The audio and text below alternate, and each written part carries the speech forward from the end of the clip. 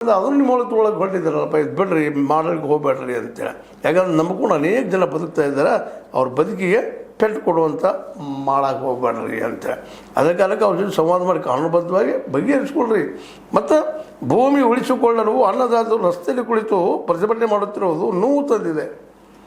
ರೈತರು ತಮ್ಮ ಭೂಮಿ ತಾವು ಉಳಿಸ್ಕೊಳ್ಳಾಗ ಬೀದಿಗಳು ಕೂತು ಹೋರಾಟ ಮಾಡೋ ಪ್ರಸಂಗ ಬಂದದ. ಇದು ಭಾಳ ನೋವಿನ ಕೆಲಸಪ್ಪ, ಇದು ಬರಬಾರ್ದು ಅಂತ ಯಾರೂ ಮಾಡಲಿ, ಅದನ್ನು ತಪ್ಪು ಅನ್ನೋದು.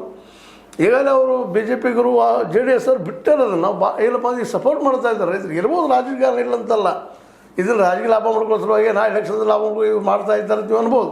ಬಟ್ ಇವತ್ತೆಲ್ಲ ಒತ್ತಾಯ ಮೇಲೆ ಮಾಡಿ ನೀವು ಇದಂದ್ರೆ ಏನು ಟೌನ್ಶಿಪ್ ಮಾಡಲಿಕ್ಕೆ ಹೊರಟಿರಪ್ಪ ಅಂದ್ರೆ ನಿಮಗೂ ಬೆಲೆ ಬಿಡ್ತದೆ. ಅದು ರಾಜಕೀಯವಾಗಿ ಅವರು ನೀವು ಮಾಡಲಿ ಅಂತ ಪ್ರಚೋದನೆ ಮಾಡ್ತಾ ಇದ್ದಾರೆ.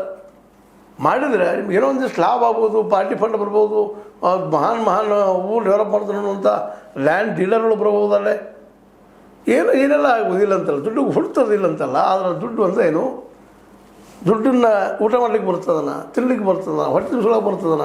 ಹೌದು, ದುಡ್ಡು ಬೇಕು, ಒಪ್ಪು ನಾವು ಮಾತೇನೆ. ಆರಿಲ್ಲಂದ್ರೆ ಬದುಕುದು ಹೆಂಗೆ? ಅದಕ್ಕಾಗಿ ಈ ಪ್ರತಿಭಟನೆಯಲ್ಲಿ ಭಾಗವಹಿಸಿ ಬಿಡದಿ ಜನರ ಅಲ್ಲಿ ರೈತರ ಜೊತೆ ಭಾಗವಹಿಸಿ ಸಂತೋಷ್ ಹೆಗಡೆ ಅವರು ಸ್ಪಷ್ಟವಾಗಿ ಪತ್ರ ಬರೆದು ತಿಳಿಸ್ತಾ ಇದ್ದಾರೆ. DK ಶಿವಕುಮಾರ್ ಅವರೇ, ದಯವಿಟ್ಟು ಇದ್ರ ಹಿಂದೆ ತಕ್ಕೊಳ್ರಿ, ರೈತರ ಜೋಡಿ ಮಾತಾಡ್ರಿ, ಡಿಸ್ಕಷನ್ ಮಾಡಿ ಹಿಂದೆ ತಕ್ಕೊಳ್ರಿ. ಹಾಗೆ ಅಲ್ಲ, ನಾ ಹೇಳ್ತಾನೆ ತಕ್ಕೊಳ್ಳೋದು ಬೇಕಾಗಿಲ್ಲ, ಬಂದು ವಾಸ್ತವವಾಗಿ ನೋಡ್ರಲ್ಲಿ ಏನದ ಅಂತೇಳಿ ಸರ್ವೆ ಮಾಡಿಸ್ರಿ. ಹೌದು ಹೇಳೋದು ಸರಿ ಅದ ಅಂತೇಳಿ, ಸರಿ ಇಲ್ಲಾಂದ್ರೆ ಕನ್ವಿನ್ಸ್ ಮಾಡಿರಿ, ಏನಾದರೂ ಮಾಡಲ್ಲ. ಸುಮ್ಮನೆ ಕೂತ್ಕೊಂಡು ಹಿಂದೆ ಮಾಡಿದಾರ ಒಮ್ಮೆ ಇನ್ನೊಬ್ರು ಹಾಕಿದಾರೆ, ಅವ್ರು ನಿಮ್ಮ ಮೇಲೆ ಹಾಕ್ತಾರೆ. ಇದು ಏನಾಗೋದು, ಲಾಭ ಏನಾಗೋದು? ಕುಮಾರಸ್ವಾಮಿಗಳಂತ ಇವತ್ತು ಅವ್ರು ಬಿಟ್ಬಿಟ್ಟಿದ್ದಾರೆ. ಹೌದು, ಅವತ್ತಿನ 2 ಕೋಟಿ ಕೊಡ್ತಾನಂದ್ರೆ 8 ಕೊಡ್ತಾನೆ ಮಾಡಿದರು, ಆದ್ರೆ ಜನ ಒಪ್ಪಲಿಲ್ಲ ಅಂತ ಗೊತ್ತಾಗಿದೆ. ಈಗ ನಿಮಗೂ ಇದು ಗೊತ್ತಾಗಿರ್ತದೆ ರೀ. ಈಗ ಇರೋ ಹಾಗೆ ಅಂದ್ರೆ ಹಿಂಸರ್ದು ಏನು ದೊಡ್ಡ ಅಪಮಾನದ ಪ್ರಶ್ನೆ ಇಲ್ಲ. ಯಾಕಂದ್ರೆ ಯಾರು ಸರಿ ಆಯ್ತು, ಯಾರಿಗೆ ಮಾಡತ್ತೀರಪ್ಪ? ಇಲ್ಲಿ ಜನರಿಗಾಗಿ.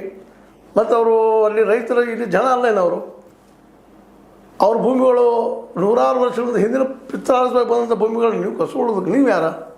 ಸರ್ಕಾರ ನಿಮ್ಮದು ಅಂತ ತಿಳ್ಕೊಂಡು ಓಟ್ ಹಾಕಿದಾರಂತೆ. ಇಡೀ ಕರ್ನಾಟಕ ಬಂದು ಓಟ್ ಹಾಕಿದ್ರು ಸಹಿತ ಇಡೀ ಕರ್ನಾಟಕದ ರೈತರು ಹಾಕಿದ್ರು ಅಂತಾಗೆ ಅವ್ರಿಗೆಲ್ಲ ಮೋಸ ಮಾಡಿದಂಗಲ್ಲ ನೀವು ಅವ್ರು ಬೇಡ ನಮ್ಮದು ಹೋಗಿ ಕೈ ಹಾಕೋದು, ಇವೆಲ್ಲವೂ ಚರ್ಚೆ ಆಗ್ತಾಯಿದ್ದಾವೆ. ಬಿಡದಿಯ ಈ ಸಮಸ್ಯೆ ಮಾತ್ರ DK ಶಿವಕುಮಾರ್ ಅವರಿಗೆ ದಿನಕ್ಕೆ